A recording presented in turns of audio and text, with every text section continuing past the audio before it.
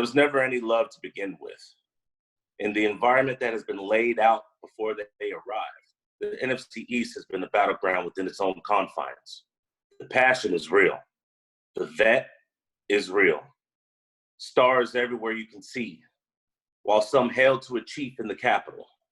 A gift from the French overlooks the division position-wise, but over the last 5 years, the same duck hunt has been taking place. The hate isn't discriminate. It's pure, natural, and has been set in by deep wounds.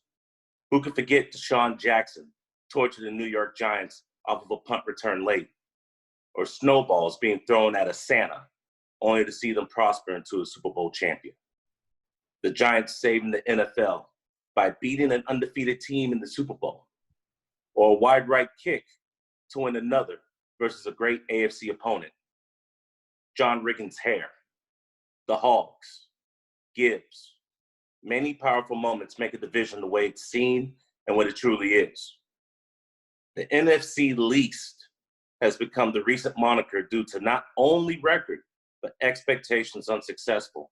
Though recent record shows that the NFC East has met up to competition outside of the division. Inside that path, you'll find pure angst and dislike, but very few of these encounters were low-scoring affairs. The division has retooled. New toys at wideouts, the predators on the edge, rushing you. Some have hired shields and vests. There are many different ways to prepare for a shootout.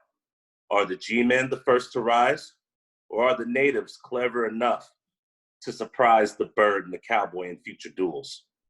The grip at the top of this division is not as strong as you think, and no one in this division stays down and out forever.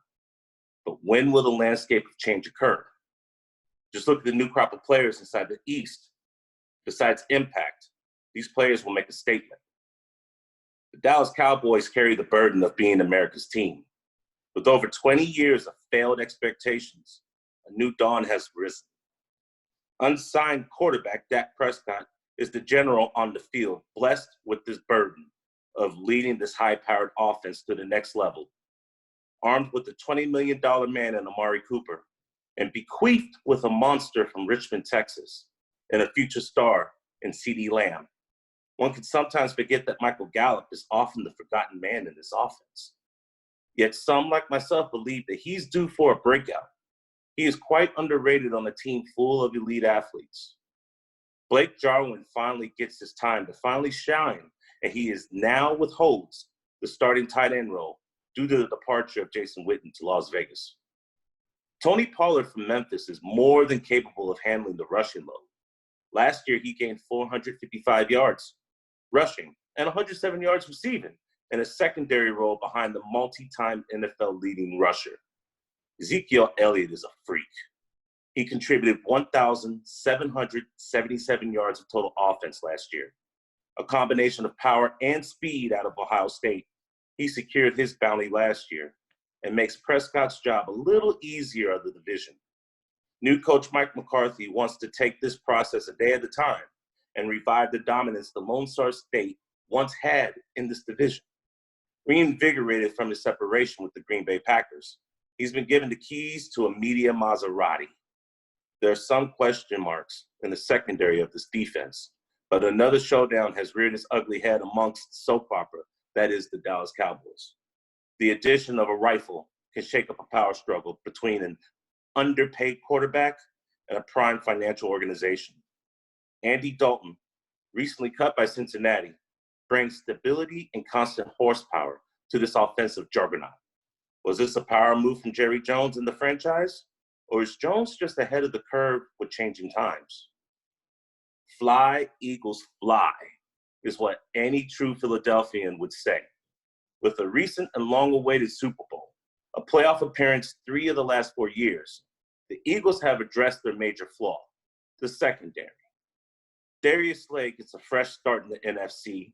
Fletcher Cox is still the man in the trenches. And the defense looks to improve on subpar performances last year. The offense is unique. With second and third stringers who can ball if necessary, Alshon Jeffrey, Deshaun Jackson, and Arcega Whiteside will be joined by a horned frog with the presence of Steve Smith. Jalen Reagor is a special wide receiver, albeit the option that was available in a wide receiver-heavy draft. The Bandits at tight end are arguably the best in the league. Dallas Goedert is a starter waiting in the wings if the All-Pro Jack Ertz were to ever stop being so reliable. In a down year, Ertz still posted superior tight end numbers among his peers. The backfield has been a bit murky, but has seemed to find an identity with the Penn State product Miles Sanders. Boston Scott and Corey Clement complement Sanders in the running game, and the addition of Adrian Killins from UCF guarantees explosion if Doug Peterson can use him properly. This team thrives on adversity and drama, but much has been said about their recent second-round selection of Jalen Hurts. The quarterback from Alabama, Oklahoma, is a bona fide starter if given the chance. And you could possibly see the Swiss Army knife for an offense that could be potent with the proper pieces in place. Is Hurts a threat to Carson Wentz?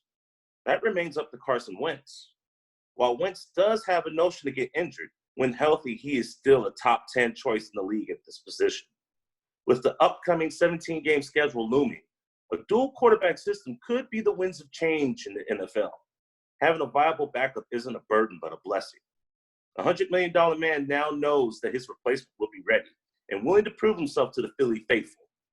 Losing Jason Peters on the line may hurt, but it is up to Jason Kelce to show leadership upon protecting the franchise asset. Though the records of the past won't show it, this roster is capable of beating any team on any given Sunday. The Washington Redskins have been at or near the bottom of the division for far too long, not having the issues as far as championships like their rivals, the Eagles. The obstacles facing the nation's capital's team were immense. A severed fan base, an authoritative working environment, a medical staff that has lost the players' trust, and a coaching staff that was inept, to say it nicely. Changes needed to be made. With open doors, entering the gambler known as Ron Rivera. Washington didn't lock him out of the building and allowed Rivera to be the face of change for a team that has been an afterthought, competition-wise, since the horrific injury to Alex Smith. The quarterback carousel has allegedly been solved.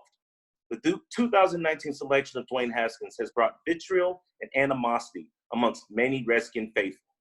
In his few starts last year, under Gruden, he suffered interceptions, bad play selection, and sloppy play on both sides of the ball made Haskins an easy target.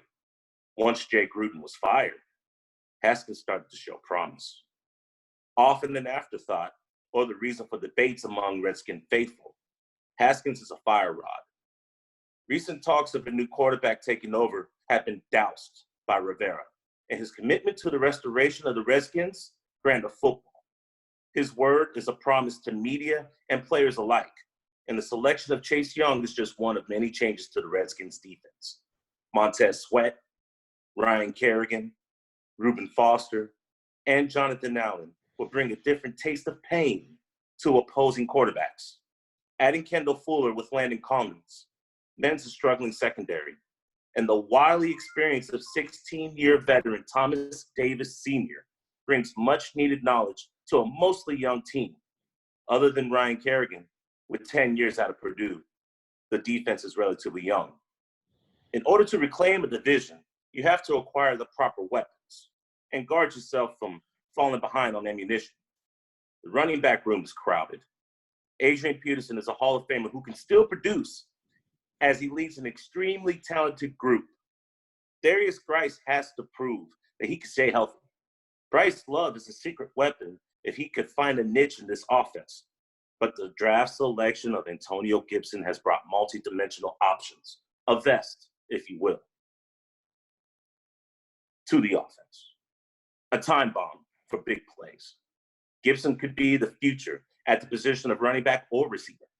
Speaking of receiver, the Ohio State Buckeye, who has outshined in college by Paris Campbell, has already made a name for himself in the league.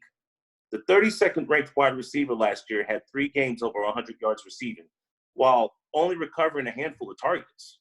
7 touchdowns and 919 yards is not to blink at for a rookie.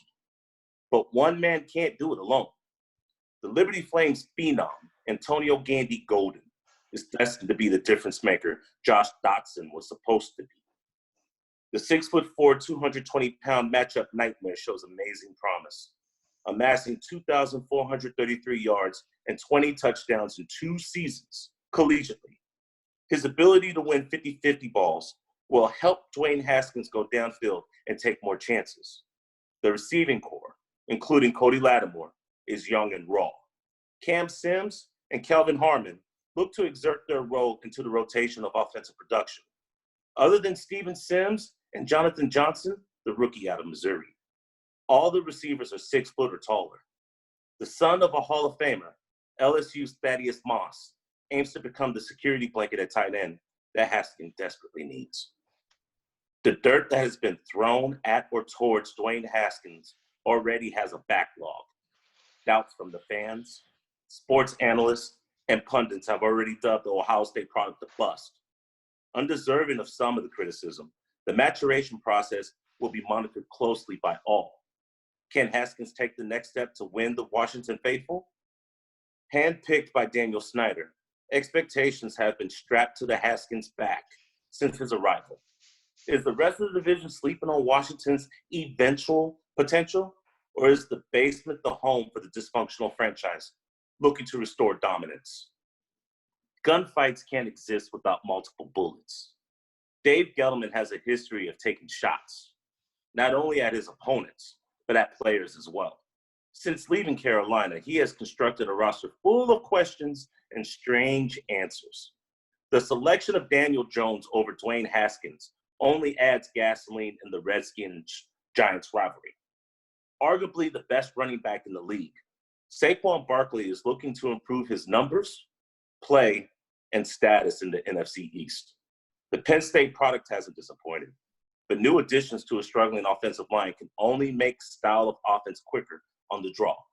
Golden Tate, Sterling Shepard, and an emerging star in Darius Slayton don't strike fear inside of a division full of weapons at that position. But the G-Men are a blue-collar franchise. They don't mind getting dirty to get the job done. Enforcing his own form of nasty, the number 4 selection of Andrew Thomas refortifies the pulse of the offensive line. Shane Lemieux is a top-ranked interior lineman from Oregon to assist the elders of Kevin Zeitler and Nate Solder up front. Ironically, the best additions to the Giants have came on defense. Oluwele Beku Jr. from the Fighting Illini and Dexter Lawrence of Clemson bring youth of the defensive line. Kyler Fackrell and Blake Martinez will bring unison from Green Bay to the Big Apple at the linebacker position. The Carolina Panther turned Giant, James Bradbury, improves the struggling secondary. With new additions not known to most of the public, the secondary could be the best part of the defense. Darnay Holmes is a tremendously talented corner out of UCLA, who, from the words of Deion Sanders himself, is NFL ready. Christian Angulo has been fighting since days as a Cincinnati Bearcat and has the ability to be a shutdown corner. Xavier McKinney and Jabril Peppers increase the IQ of the safeties on the field. The NFC East is a showdown amongst its members anytime they face each other. The notions that the NFC East is the weakest in the NFC is soon to be discarded by the new wave of talent inside of this historically layered division. Shootouts and surprises are always worth the price of admission. Have your weapons and hats ready. The NFC East is the best Western in the NFL.